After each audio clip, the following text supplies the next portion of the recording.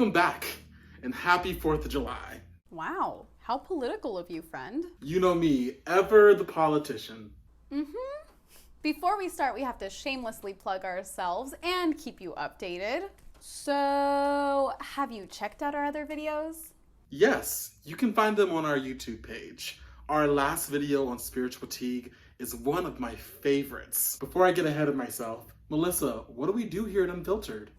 The important questions. Here at Unfiltered, Jaren and I make scripted videos covering a slew of religious topics from Bible characters to different things about spirituality.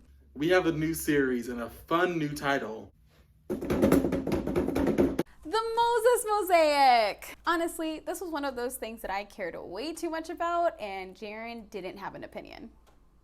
Which happens a lot, actually. Yep, as long as it works. Like our intro colors, Melissa spent hours trying to figure that out. And I was like, cool, bro. She was not excited about my enthusiastic level. Because Jaren is usually very animated, and I am as well. So when I get a flat response, whatever. This isn't friend therapy. I'm excited about the new series, Moses, the OG prophet, at least in my head. I think that's right, friend. But don't worry, we're gonna break it up this time. Partially so Melissa and I don't go crazy. Guys, I made Jaren promise that we would never do a topic or a collection consecutively in videos again. No more. And I agreed, because last time was crazy. Anyway, enough about us. Let's get started. And where do we get started? With Joseph. You heard him right. Yep, I know this video is about Moses. You're not on the wrong video, but just hear us out and bear with us so that way you can see why we started with Joseph. We have to get some background information. But don't worry, one of these days we'll do an entire video on Joseph. What you need to know is this. Joseph was super smart and came up with a plan to save all of Israel. And the Pharaoh at the time loved him. And the Israelites moved in and lived happily ever after. Whoa. Wait, friend. No. I mean, yes, but no. Kind of. Yes, he saved Egypt and many of the surrounding nations with awesome leadership, smarts, and of course, relying on God. And yeah, he was loved, but the Pharaoh who loved him died. And yeah, the Israelites multiplied like bunnies. But the Pharaoh who took over, he didn't like the Israelites. Or our boy Joe. Yeah, so he enslaved the children of Israel. And this is where we meet a very special baby boy. I'm honestly not quite sure how much time or generations have passed from Joseph to Moses to where we are in the Bible now. But yes, Jochebed and Amram had a third child, a boy, when it wasn't really a good time to have a baby boy as an Israelite. This is when a decree went out. Decree is the right word, right? Just checked. It's the right word. Yes, a decree went out to all of the land to kill all the baby boys because Pharaoh thought the Israelites were multiplying way too much. Genocide? Pre-genocide? Whatever it is, it's not okay. Gotta love those biblical dictators. Yeah, so we get this wonderfully smart woman, Moses' mom, Jochebed. She makes wonderful use of her underwater basket weaving degree. I'm actually pretty sure that my papa would appreciate that joke because he always told me I would get an underwater basket weaving degree because of my ceramics class. Moving on. Yes, she made an awesome basket to hide away her baby. Because what sane mom would be out here flaunting her baby boy when there are people out here for Israeli baby boy blood? Let's talk about flaunting for a minute. The King James Version of the Bible says she saved Moses because he was beautiful. Melissa, do you think the Upler siblings were called beautiful in the Bible? Do ya? No. Amram and Jochebed knew that their last kid was special. And for the record, Jaren had to say that line because we were laughing for like a straight minute. That the Bible said that they knew he was the special kid. So what were Aaron and Miriam? Chopped liver? I mean, a burning bush didn't come to them, so And didn't Aaron have to drink gold? More on that later. Put him in a basket and down the river he went. He finds somebody quite special. That lucky special kid. From that little Nile River ride, he actually was found by Pharaoh's daughter. Thankfully, she's not a racist bitch. Okay, before we go on, can we talk about the faith of Jochebed?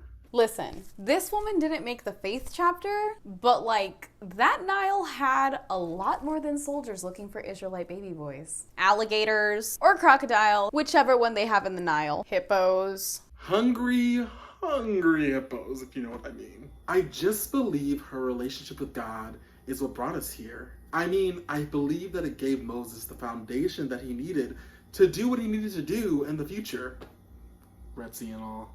I mean, she popped her youngest kid in a basket and sent him on his way in the Nile, just trusting that God had him. And that's who was raising Moses? Also, like, she raised two of the biggest spiritual pillars for all of Israelite history. The Levites, which came from Aaron's line, were actually meant to be the priests for Israel for lots and lots and lots of generations to come. And Moses, like, led them?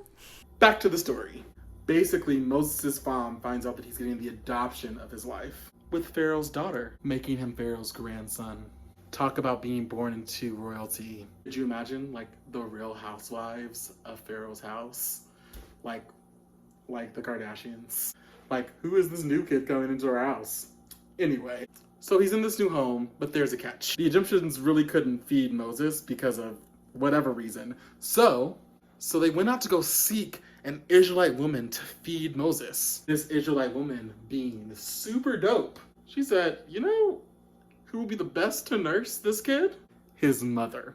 So cool. So Moses got to be raised by his mother. Talk about some crazy faith. So like a win-win. Like with Ruth. Until the murder.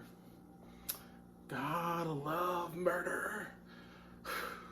Yes, apparently we love biblical murderers here at Unfiltered. You know, Abraham almost murdered, which is why he didn't make the cut today, because he's not, you know, a straight up murderer. Anyway, here's my historical bit. We really don't know much about Moses, but I do remember reading an article. When I was a kid, they found historical evidence showing that Moses was in their royal academies. I'll have to find it and link it for you guys. So for me, reading that, you can only assume that Moses had a upbringing that kind of followed at least a royal upbringing. So that's kind of cool and like proves that the Bible's real. Let's figure out how to get away with murder. Patent pending, J&M. One day, Moses was walking, seeing the fields as the royalty do, and he was watching his people do labor. For clarification, I mean his Israelite family, not his Egyptian one. He saw an Egyptian who was overseeing the Israelites starting to beat the Israelites. So naturally, Moses, the good guy that he is, raised by a good Israelite mother, tries to stop this. But he ends up killing him. Talk about no deed goes unpunished. Oh, I know, not great, but like, it's so much better than like a man killing because he's thinking of his penis. Looking at you, David, killing Bathsheba's husband because, you know, you wanted to get laid. Points for Moses. But Moses makes a not smart decision and decides to hide the body, and he thinks that nobody is watching. As we learn from literally every TV show in the history of TV shows, someone is always watching.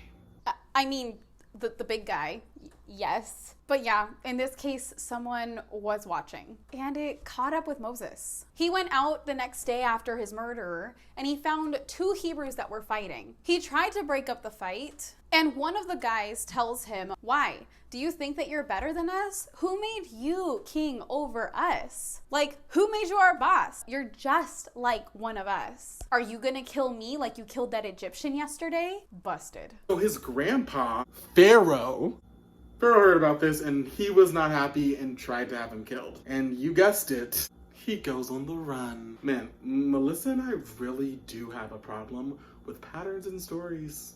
Yeah, apparently we have a very specific profile that we go for. In our defense, we did break it up with the couch chats and Ruth. but really, Moses on the run. And he ran to this place called Midian. And what happens next gives me such amazing feelings on the insides. Moses stands on holy ground. The faith that Moses has is so remarkable and so foundational to the Christian experience. The way that his mother set up this faith walk is amazing. You know, sometimes God calls us to amazing, great lengths of faith. Giant leaps of faith. Underwater basket weaving kind of faith. It's really hard for us to just let go and let God sometimes. But I will speak from my own personal experience. God's plan does always turn out better than the plan that we have for ourselves. Moses would need some amazing examples of faith in his life. And he gave him his mother. Melissa, this has girl power written all over it. Thanks, friend. As we dive in with Moses, you will definitely get to see how his faith plays out and helps him to literally come into the presence of God. But spoilers! Well, that's goodbye from us. Don't forget to eat your veggies. Oh, and don't forget to click, like, and subscribe. And don't forget to ring that bell. Don't forget to tune in next week. You know, when it's not a holiday and we're back to our regular scheduled programming.